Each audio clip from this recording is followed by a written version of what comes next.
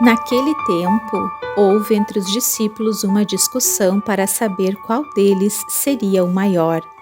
Jesus sabia o que estavam pensando. Significado para vivermos o Evangelho. No reino de Deus, os valores são diferentes daqueles que são comuns aos olhos do mundo. Jesus expressa esse fundamento mais uma vez aos discípulos, pois entre eles estava ocorrendo uma discussão de quem seria o maior. Jesus tem por objetivo acentuar a necessidade de superar a autossuficiência de quem aspira a títulos e poder, levando os discípulos a assimilar cada vez mais os valores do reino. Na cultura daquele tempo, as crianças eram desvalorizadas socialmente. Jesus coloca uma criança junto deles e lhes apresenta o desafio de que a acolham, dando atenção a ela. Na perspectiva do reino, acolher uma criança em nome de Jesus transforma-se em um gesto de grandeza, pois significa acolher a simplicidade, a pureza, o pequeno.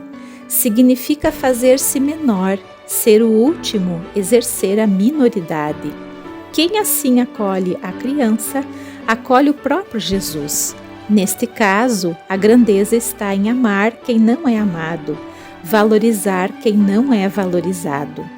E diante da atitude egoísta dos discípulos em querer impedir outras pessoas de fazer o bem, Jesus valoriza a tolerância, manifestando que ninguém deve ser inibido de praticar o bem.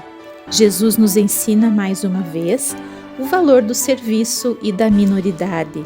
Assim como ele foi enviado pelo Pai para servir, nós também somos enviados em missão para servir, não para sermos servidos.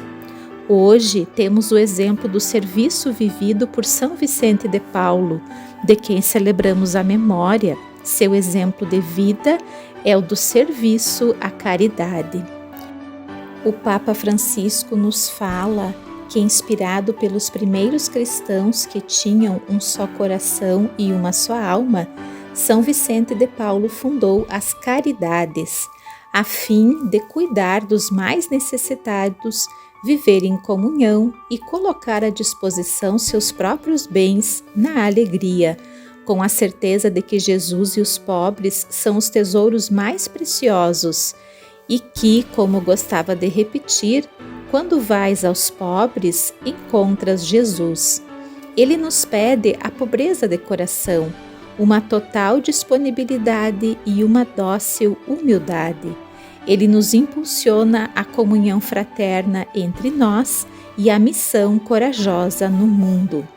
Recordamos a presença e a atuação dos vicentinos em nossa diocese e das obras de caridade que realizam junto ao Asilo Santo Antônio e à Escola Santo Antônio aqui em Cruz Alta.